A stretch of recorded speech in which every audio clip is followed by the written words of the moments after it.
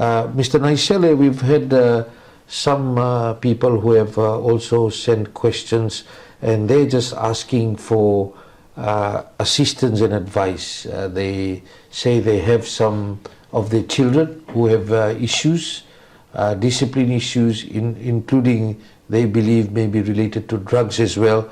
Where can they go and who can they reach out to for assistance? Now, Vijay, I can give our phone contact. Our phone contact is is 2234 180, 2234 180, 3394 180, 3394 180, and DG 7734 180. There you go. Those are the numbers again, and we will be providing that within the show as well. 2234 180, 3394 180, or 7734 180 for those parents who are asking for assistance, mainly for counselling, in terms of specialized counselling to deal with issues. There's questions in relation to some policies. Questions have been sent, Mr. Naisele, on why the child protection policy, behaviour management policy, and counselling policy in schools haven't been reviewed, despite the many new challenges concerning children that have come about over the years. Vijay, I believe these policies, they were all reviewed in 2000, if I'm correct, 2019 to 2019. And it has to be reviewed after 3 years. 2019, 20, 21, 22 should be reviewed in 2022. But we have the policy unit of the ministry that is dealing with it. And I might have to go and check again with them on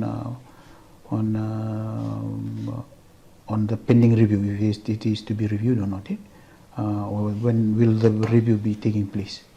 Because I believe the review that was done in 2019, even on the drug policy, we have included all these new drugs that are coming in, including meth, and we classified the legal drugs on how to handle that in school, and also the illegal drugs on how to handle them in school.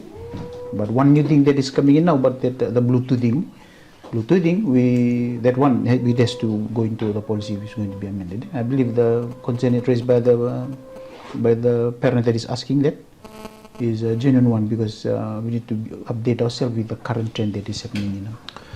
Let's talk about Bluetoothing and chemsex. Ministry of Health has been talking about it, Drug-Free World Fiji, and the Fiji Police Force. These are two concerning issues where there's sharing of needles, usage of hard drugs, mainly methamphetamine, involving young people. Are you very concerned about what you're getting on the ground in relation to this? I am very concerned, Vijay, because they are just saying young people. When they are saying young people or youth, some of our students can also, my worry is that some of our students can fall into that category. We did not have any reported case so far, but I've also heard it from them, from the police, and also from the Ministry of Health official on the existence of this. But the concern now is how I've already started talking to the school principal conference. I've shared this with the principal on the importance of monitoring in the school. And if they happen to find any syringe or any needle, syringe with needle together in the school compound, they need to take extra safety care on how to handle that, because of the danger of HIV and also other kinds of diseases. And one thing about our students that was highlighted by the Ministry of Health, the blood type. Some of them, they do not know that, some of them may not know that we have different blood types, and they are just injecting themselves, according to the Ministry of Health and the police, what they are saying. And that is one of the greatest danger that we are currently facing, the risk actually on how best we can inform our children on Bluetoothing, because they just have to stay away from those kind of things. There's a certain level of denial among some in the society who's saying the situation is not as bad as it's made out to be. What's your message to those people who are watching this tonight? They can be correct in a way because at the moment we do not have any proper database on what is actually happening on the ground. We're just hearing the report from the police and from the Ministry of Health. But being proactive, it'll be good. Whatever has been reported, just for us just to take precaution and find ways and means of ensuring that we protect our children. Because if there's going to be a drug survey or research and then we find that that is true, we already made steps, steps on how to address that. So I believe even people may be skeptical of what has been reported, but it'll be good to always be proactive. Whenever we hear this kind of things coming up, we need to take necessary steps to ensure that the students are protected. Statistically, I think the most important statistic also is that this is actual reported official statistics by the acting Commissioner of Police, who stated that every single day of the year they find a particular drug. They either are raiding and finding green or white drugs. So that's the reality of the situation on the ground, if you really look at it, because actual farms or places are being raided. And the concerning was that huge bust in Nandi, which has resulted in $2 billion worth of methamphetamine found, which people also have confirmed that leaked out to the members of the community. So based on that, while we wait for research, data, etc., as Mr. Naisele said, we should not be waiting for those numbers to confirm, because there's a lot of information out there which can help you. There's some comments here. There's a question on International Day Against Drug Abuse and Illicit Trafficking Week celebrations in schools.